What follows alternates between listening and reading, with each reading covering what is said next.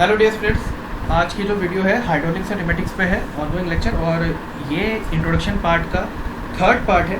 और इस पार्ट में आज हम जानेंगे सरफेस टेंशन के बारे में, कैपिलरिटी के बारे में और कुछ और ज़रूरी जो कुछ टर्म्स हैं उसके बारे में हम जानेंगे। सबसे पहले हम देखते हैं कि सरफेस टेंशन क्या होती है। ठीक है, सरफेस टेंशन का मतलब होता है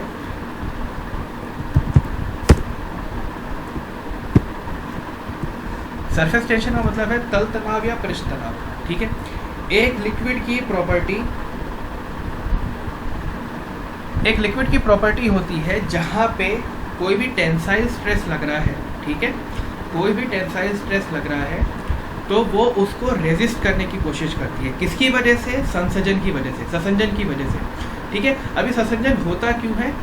क्योंकि इसके जो सरफेस जो ससंजन का मतलब क्या होता है? ससंजन का मतलब होता है कि कोई इंटरमोलिकुलर फोर्स होता है ऑफ अट्रैक्शन। किसी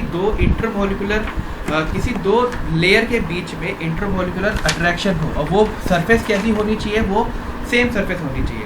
आपको दो चीज़ें पता होंगी, एक होता है ससंजन और दूसरी चीज़ होती है आसंजन। ठीक है, जब आप कभी भी फेविकॉल देखते हैं तो उस पर लिखा होता है एडहेसिव फोर्स। ठीक है, तो एडहेसिव का मतलब होता है कि वहाँ पे हम दो अलग चीज़ों को चिपकाने की कोशिश कर रहे हैं। मतलब दो, जैसे कोई कागज़ है उसके साथ किसी और चीज़ को चिपकाने की कोशिश कर रहे हैं तो वहाँ पे एडहेसिव फोर्स लगता है। ठीक है, ऐसे ही वहाँ पे देखिए क्या है, दो जो सरफेस है वो अलग अलग सरफेस है। ऐसे ही दूसरी चीज़ होती है इसके जस्ट अपोजिट, कोहेजन, ससंजन, यानी कि किसी दो सरफेस के बीच में मॉलिक्यूलर इंटरेक्शन फोर्स लग रहा है पर वो दोनों सरफेस सेम है।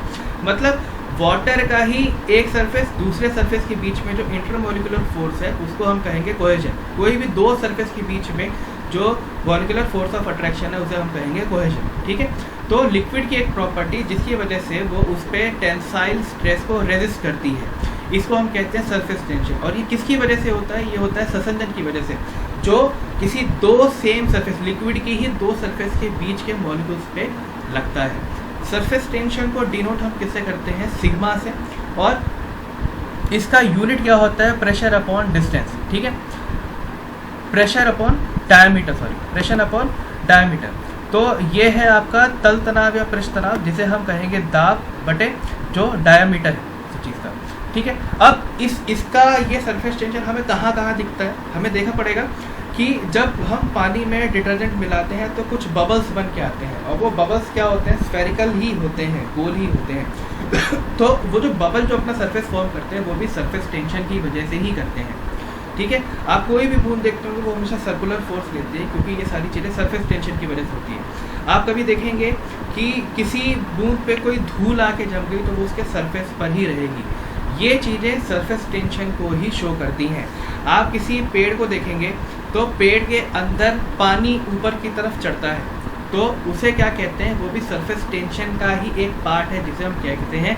Capillarity rise. ठीक है, तो सरफेस टेंशन को ही अलग अलग चीज़ों में अगर हम देखें तो वो कैसे पता लगे? जैसे लिक्विड ड्रॉपलेट की हम बात कर रहे हैं। ठीक है, लिक्विड ड्रॉपलेट है तो उस पर जो सरफेस टेंशन होगा वो P = 4 σ/d होगा। हॉलो बबल के केस पे ये डबल हो जाता है, 8 σ/d हो जाता है, और लिक्विड जेट के केस में ये P = σ × 12/L × d होता है। ठीक है, इसी का जो दूसरा पार्ट है जो इसका एग्जांपल है कैपिलरिटी, इसका क्या मतलब होता है कि आपके पास कोई ट्यूब है। ठीक है, उस ट्यूब का डायमीटर, देखिए यहाँ पे कंडीशन होती है कि जो ट्यूब का डायमीटर है वो 8 mm से 12 mm के बीच में होना चाहिए ताकि आपको कैपिलरिटी इफेक्ट अच्छा दिखाई दे। ठीक है, तो कैपिलरिटी का मतलब क्या होता है कि आपके पास कोई एक टैंक है। ठीक है, आपके पास कोई एक टैंक है, उसमें आपने क्या किया? पानी भर दिया। इस टैंक में मैंने पानी भर दिया। ठीक है, और इसके बीच में मैंने क्या किया? एक ट्यूब डाल दी जो ऊपर से भी खुली हुई है और नीचे से भी खुली हुई है। तो देखने के लिए क्या मिलता है कि पानी इसके अंदर भरने लगता है।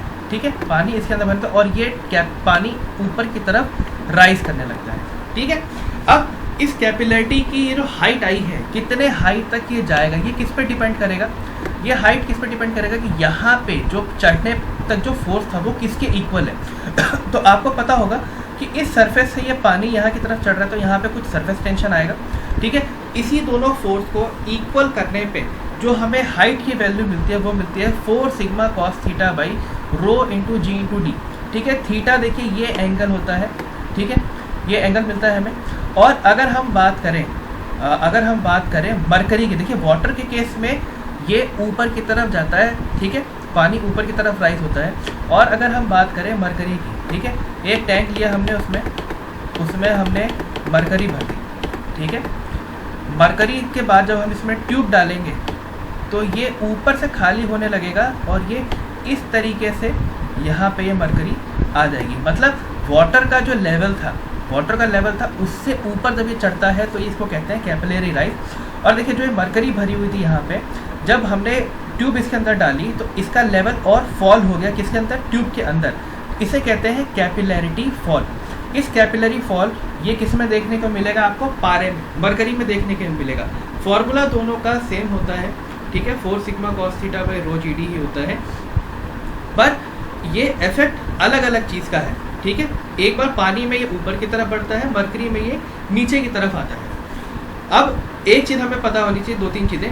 पहली चीज़ ये कि जो डायमीटर है ट्यूब का वो कम से कम हो 8 से 12 mm के बीच में हो, तो कैपिलरी इफेक्ट हमें देखने के लिए मिलेगा। थीटा जो ये एंगल बनाता है, जो सरफेस टेंशन पे जो एंगल बनता है, कितने दूरी तक पानी चढ़ रहा है ट्यूब में, वो पारे पे कितना गिर रहा है, उसका कुछ एंगल होता है।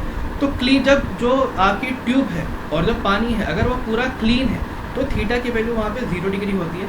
अगर पानी इम्प्योर है, प्योर नहीं है, तो वहाँ पे थीटा की वैल्यू हम 25 डिग्री लेते हैं। और मरकरी के केस में ये जो एंगल होता है ये 130 डिग्री से 150 डिग्री के बीच में होता है।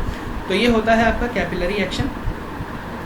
तीसरी चीज़ आती है कंप्रेसिबिलिटी। कंप्रेसिबिलिटी मैंने इससे पहले ही वाली वीडियो में बताया था कि किसी बॉडी पे एक्सटर्नल प्रेशर लगने की वजह से अगर उसके वॉल्यूम में कोई चेंज आता है तो उसे हम कंप्रेसिबिलिटी कहते हैं। कंप्रेसिबिलिटी का जस्ट अपोजिट होता है बल्क मॉड्यूलस। जैसे कंप्रेसिबिलिटी का फॉर्मूला यहाँ पे इस केस में क्या हो जाएगा, delta V by delta P by P, ठीक है, डेल्टा P बाई P। तो कंप्रेसिबिलिटी केस पे ये इसका उल्टा हो जाएगा, ठीक है। ससंजन और आसंजन भी मैंने आपको बताया, कोहेजन और एडहेशन क्या होता है। जब मॉलिक्यूलर अट्रैक्टिव फोर्स एक ही लेयर के बीच में दो सेम चीज़ों के बीच में लगती है तो उसे कहते हैं कोहेजन। और जब मॉलिक्यूलर ऑफ अट्रैक्शन फोर्स किसी दो अलग अलग चीज़ों के बीच में लगता है तो उसे हम कहते हैं एडहेशन, ठीक है। तो आज की इस वीडियो में इतना ही। इंट्रोडक्शन पार्ट आज यहीं पे समाप्त होता है। यहाँ पे आपने कई सारी चीज़ें देख ली हैं। यहाँ पे आपने fluid, types of fluid, hydraulics क्या होती है, साथ में आपने फ्लूइड्स की प्रॉपर्टीज़ देखी। दूसरी वीडियो में आपने विस्कोसिटी के बारे में जाना, विस्कोसिटी क्या होती है, न्यूटन लॉ ऑफ विस्कोसिटी क्या होती है, काइनेमेटिक विस्कोसिटी क्या होती है, डायनामिक विस्कोसिटी क्या होती है।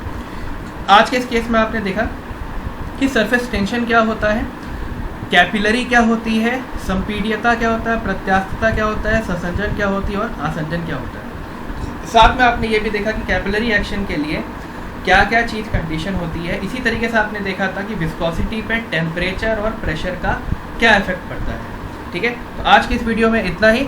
आई होप आपको ये वीडियो समझ में आई होगी। अगर आपको ये वीडियो अच्छी लगी तो आप इसे शेयर करें, सब्सक्राइब करें और लाइक करें। Thank you very much.